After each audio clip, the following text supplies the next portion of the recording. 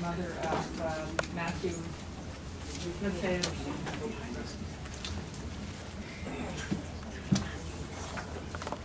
I have been in New York City 3 times since October 19, 2011, and I have noticed the presence of the NYPD. I have seen on every police car in New York City that has that is emblazoned with the motto courtesy, professionalism, and respect. Last October, my 30-year-old son, Mathieu Lefevre, a promising artist and living and working in Williamsburg, was run over and killed by a truck driver. The only person the NYPD showed courtesy, professionalism, and respect towards was the driver who ran over my son. The way the New York City treats traffic violence and its victims must be reformed. The driver claims not to have realized he killed my son, even though the driver ran over him with his front driver's side tire, leaving paint from the bicycle and blood on the driver's side of the front bumper, and dragged my son's body and his bicycle 171 feet before leaving them on the side of the road and driving on. We came here in good faith on October 20th, 2011. From the moment we arrived in New York City to learn what happened to our son, NYPD investigators gave us the runaround. It took 6 entire days for the AIS detective to call us, although we had been at the 90th precinct for 2 entire afternoons before then. The press printed blame the victim articles about the crash that were attributed to unnamed police sources. We led public protests demanding accurate information, but received no response. Our requests to NYPD under the Freedom of Information law were improperly denied.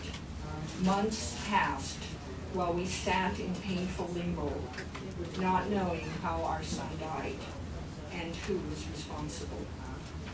On January 20th, 3 months after the crash, on the eve of a court hearing to compel the NYPD to respond to our requests, the NYPD finally released its investigative file. We were appalled. The NYPD had failed to bring a working camera to the crash scene, so there were no pictures of the scene. Although, disturbingly, they gathered pictures of our family protesting its intransigence. Why? They had failed to preserve critical pieces of evidence, like my son's blood and helmet. The NYPD relied on the driver's statements and reactions to the crash as dispositive evidence that he did not know that he had hurt or killed someone, exonerating him of criminal charges. Adding insult to injury, they informed the driver of the results of the investigation immediately on January 1st, but waited 3 weeks before telling us, the victim's family. Most baffling of all, the NYPD claims their conclusion was based on a surveillance video that contradicts the very sequence of events described in the police report. It's frustrating beyond description to be handed videotape that supposedly shows the death of our son, to watch it over and over and over, and yet never see the events the authorities claim it shows. The NYPD's investigation raises more questions than it answers.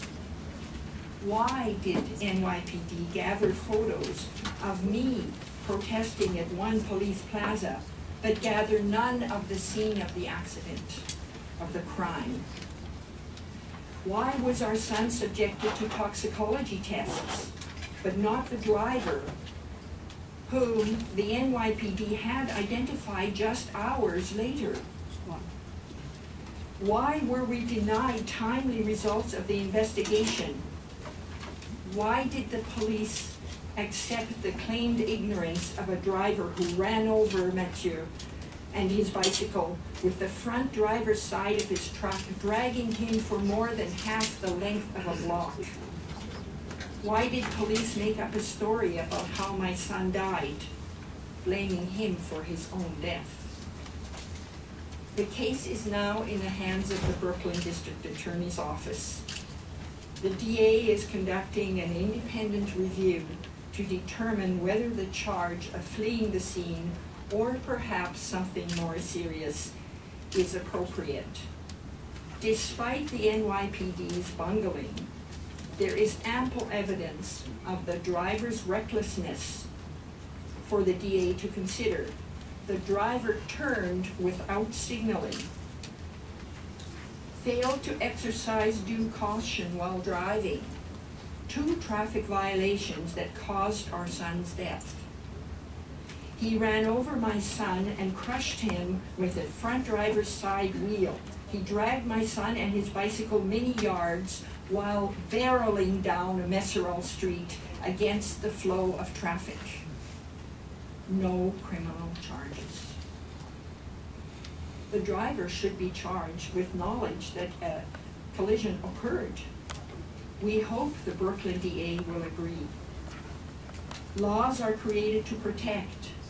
They serve no purpose if they are not enforced. Our son's life is gone, but if our action helps to save even one life on the streets of New York, it will have been worth it. How ironic that our son, who was a kind, generous person, a talented artist, someone who loved life and believed in the generosity and goodness of people, should be treated so disrespectfully and so unjustly by the police authorities of New York, a city he loved.